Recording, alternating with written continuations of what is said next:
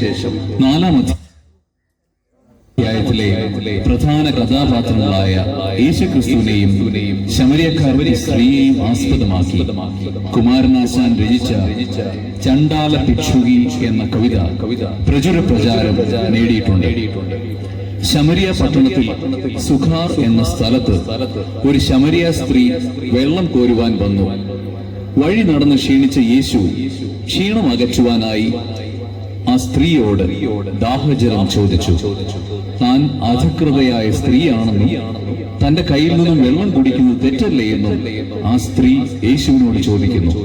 എന്നാൽ സമത്വത്തിന്റെ സന്ദേശം ക്രിസ്തുദേവൻ ഇവിടെ പകരുന്നതാണ് ഈ സംഗീത ശില്പത്തിന്റെ ഇതിവൃത്തം.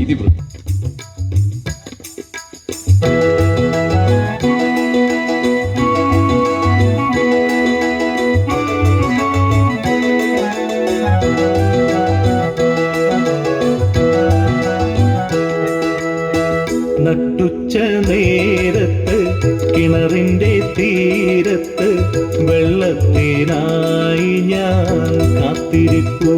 നാരി ഒരു പാത്രം ദാഹജലം നീ എനിക്കു നൽകൂ.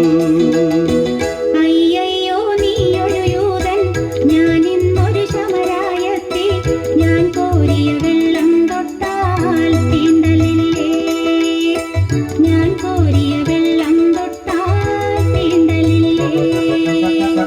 അറിയുന്നില്ലേതും നീ എന്നോടു നീ ചോദിച്ചാൽ ജീവന്റെ ജലം കോരിത്തരുമല്ലോ ഞാൻ, ജീവന്റെ ജലം കോരിത്തരുമല്ലോ ഞാൻ.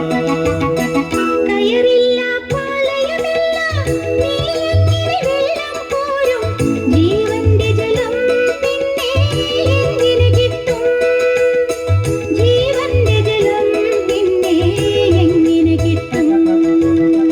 ഞാൻ നൽകും നിത്യജലം നീ വിശ്വാസമിയെന്നു കുടിച്ചാൽ നാരി നിനക്കൊരു നാളും ദാഹിക്കില്ല, നാരി നിനക്കൊരു നാളും ദാഹിക്കില്ല.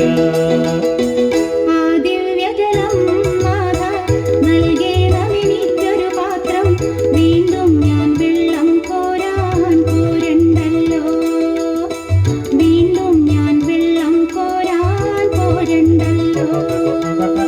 മഹിളെ നീ വീട്ടിൽ പോയി നിൻ കണവനെയും കൊണ്ടുവരൂ നീ, അപ്പോൾ ഞാൻ കോരി വിളമ്പാം ജീവന്റെ ജലം, അപ്പോൾ ഞാൻ കോരി വിളമ്പാം ജീവന്റെ ജലം.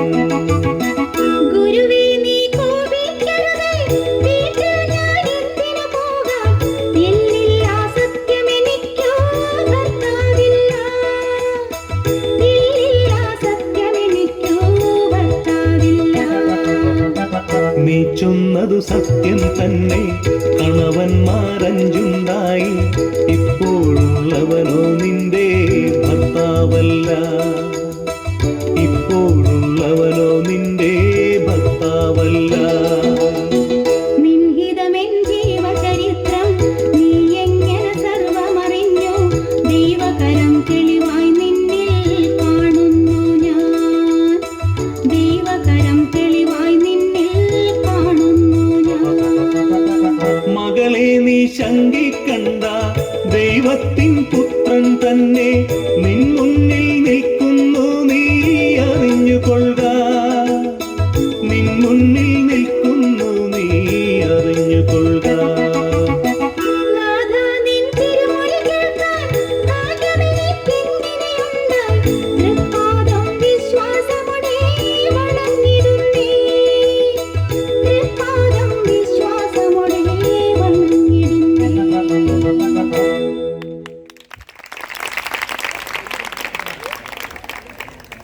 വേണ്ട പിടിക്കുന്നുണ്ട്.